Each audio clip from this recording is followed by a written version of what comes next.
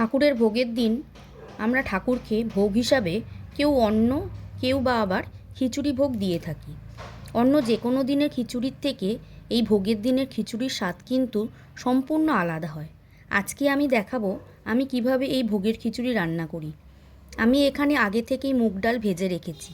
এবার কড়াইতে সর্ষের তেল গরম করে তাতে সাদা জিরে, কালো জিরে, শুকনো লঙ্কা, তেজপাতা ফোড়ন দিয়ে চেরা কাঁচা লঙ্কা, আদা বাটা, হলুদ, নুন, লঙ্কার গুঁড়ো, টমেটো বাটা, নারকেল কোড়া ফোড়নে দিয়ে ভালো করে কষিয়ে ভেজে রাখা মুগ ডাল ও গোবিন্দভোগ চাল দিয়ে ভালো করে নাড়াচাড়া করে হাঁড়িতে আগে থেকে করে রাখা গরম জলে মিশ্রণটা দিয়ে দিলাম।